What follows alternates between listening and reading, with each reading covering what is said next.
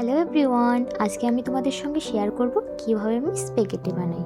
তো দেখো, এখানে আমি তেল দিয়ে দিয়েছি আর আদা রসুন কুচি করে দিয়েছি।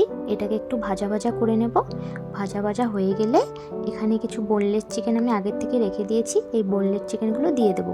এটাকেও ভাজা ভাজা করে নিয়ে তারপর একটু সেদ্ধ করে নেব।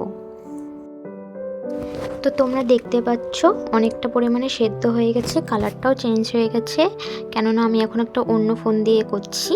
যাই হোক, এখানে তারপর আমি দিয়ে দেবো মাশরুম, ক্যাপসিকাম আর হলো কিছুটা পেঁয়াজ দিয়ে এটাকে ভাজা ভাজা করে নেব। এখানে যেহেতু আমি লঙ্কা ইউজ করব না, তাই বুড়ো বাচ্চা সবাই খেতে পারে।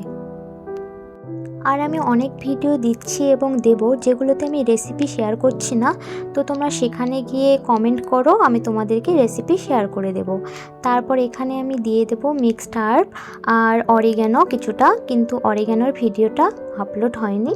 যাই হোক, তারপর আমি দিয়ে দেব পেস্তো ব্যাসিল সস।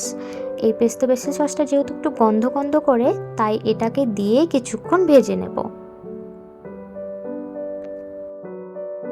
তো আমি এটাকে ততক্ষণ ভাজতে থাকবো যতক্ষণ না তেল বেরিয়ে আসছে।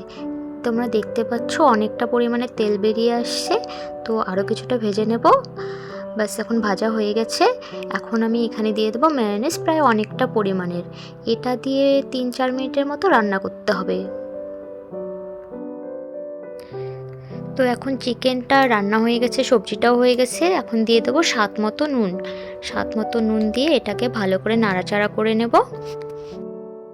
পেস্তো বেসিল সসটা যেহেতু তেল থাকে, দেখো এখানে অনেকটা পরিমাণে তেল বেরিয়ে আসছে।